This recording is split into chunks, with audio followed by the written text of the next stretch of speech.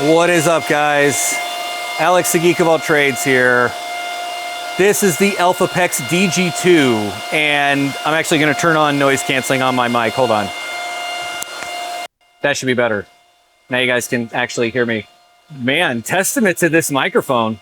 The noise cancellation on this is insane. But this is the Elphapex DG2. It arrived about a week ago, and as you can see, it arrived broken. This is a control board that is missing a capacitor that fell off in transit, and I still blame Red Panda Mining, will until the day I die, even if he's trying to pass the buck to hobbyist miner. So as you can see, this is just sitting here in my garage on the workbench over here. I didn't know what to expect. I've got a decent setup in the house where I can run this, and it has an exhaust going outside. I'll put some of that footage in here right now. But in here in the garage, it's been running just under 3 hours. We're averaging 18 gigahash. Real time is 19. I've seen it upwards of 21. We're at 4,200 watts. I've seen it as low as 3,900 when it was ramping up. Couple problems there. This is the ambient temperature in my garage right now. That ain't gonna fly. That's just not gonna work for what we're gonna be able to do here. So on top of that, these circuits I have here are 20 amp circuits. So 4,200 watts at 20 amps, 240 volts, that's pushing it. 17.8 amps.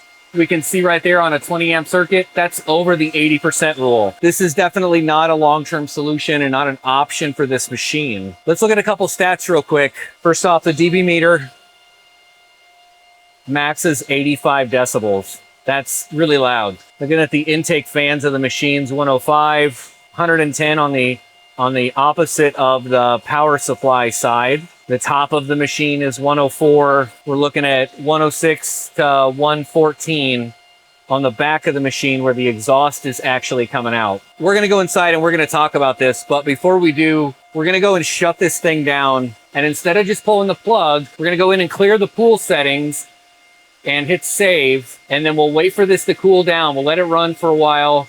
We'll come back when the temps are more average. It's still gonna be loud. Instead of a hard shutdown, you're gonna wanna cool this down naturally. Let it do its soft shutdown, 10 minutes, 10 or 15 minutes.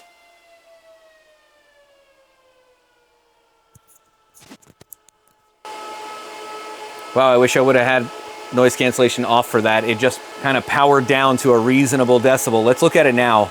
Went from 80 down to 59 dB. Heck, even talking is louder than the machine is right now. Yeah, so we'll let this cool down for 15 minutes or so, and then we'll come back and completely unplug it. All right, realistically, the DG2 is a badass machine in the right environment. As soon as it got up and running, took, you know, maybe 10 minutes to actually like spin itself up and start creating hash rate. After that, it ran beautifully.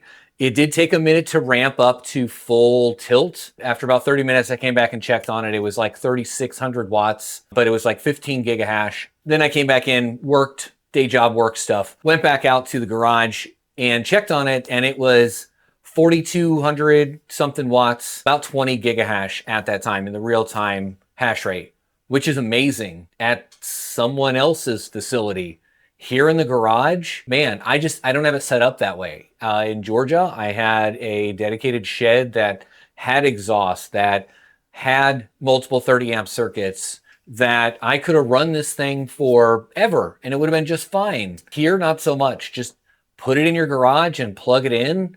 Man, my garage was over 100 degrees in no time, which is not acceptable for me. For you, it might be, but realistically, machines like this belong at a hosting facility. They belong at a location with that dedicated infrastructure. Whether you've got a crypto mining shed or you send it off for hosting, you know, that's on you. But so I named the title of this video, Crypto Mining is Not as Easy as It Used to Be. That was kind of clickbait, but kind of true. I mean, think about it. If that was a GPU rig, back in the Ethereum days, I had a handful of cards. Maybe the entire rig cost as much as a DG2 did and made just as much or more back then. I wouldn't have to have this much infrastructure. It wouldn't heat up my garage to that extent. Not that quickly, for sure. Really, if you're utilizing graphics cards, you should be looking into AI infrastructure like on Vast or Salad or Octaspace or Chlor, or you could put your infrastructure on a world of different platforms right now and rent out those GPUs. You should dollar cost average in instead of mining with your GPUs. That being said, where it got difficult is now you buy these application specific integrated circuits, big, loud, angry, hot boxes that you plug into the internet and give it a whole lot of power, and it makes 20 bucks a day before the cost of power. This is not a machine that I would recommend buying to put in your garage like this, not like I have in this instance. It really does need dedicated cooling, dedicated power, and a place that doesn't mind it screaming its head off. I can't do that here. Even at my power rate, it's still making $8 a day. And I've got it on Mining Dutch, so really it's making more than that. And I'm getting paid out in Bitcoin. If I were to buy a handful of these and invest in the infrastructure, I would send them to Terra Hosting. I know the owners, all of the owners, and I trust them. And they're in the United States. In fact, they're about 5 hours from me here. Not throwing shade at any other hosting facility. I don't know anyone really like to that level of people that own, manage, maintain, and run hosting facilities. If it were me and I had a bunch of these machines or even just one or two that I wanted to plug in and run and just keep running, I would host them with Terra Hosting. Not sponsored. They didn't pay me to say this. So the build quality seems great. The only other real ASICs, like big boy ASICs I've had, was a T17 that showed up broken, way more broken than the DG2, that then got turned into an S17 Pro or an S17 Plus. A couple of S19 95 terahash units. I've still got those here as well. That's what crypto mining is for me anymore, is freaking heaters. I've got little box miners that we place all over the house that heat the house in the winter. Anyway, I'm rambling. Back to this machine. Bring it back, Alex. Bring it back. So in comparison to some of the other machines that I have, this one definitely feels built heftier. Like, what's a good way to put that?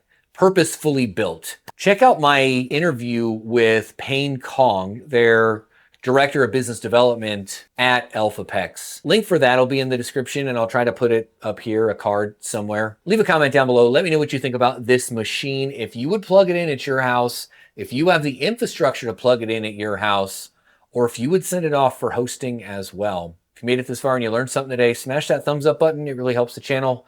And I'll see you nerds on the next one.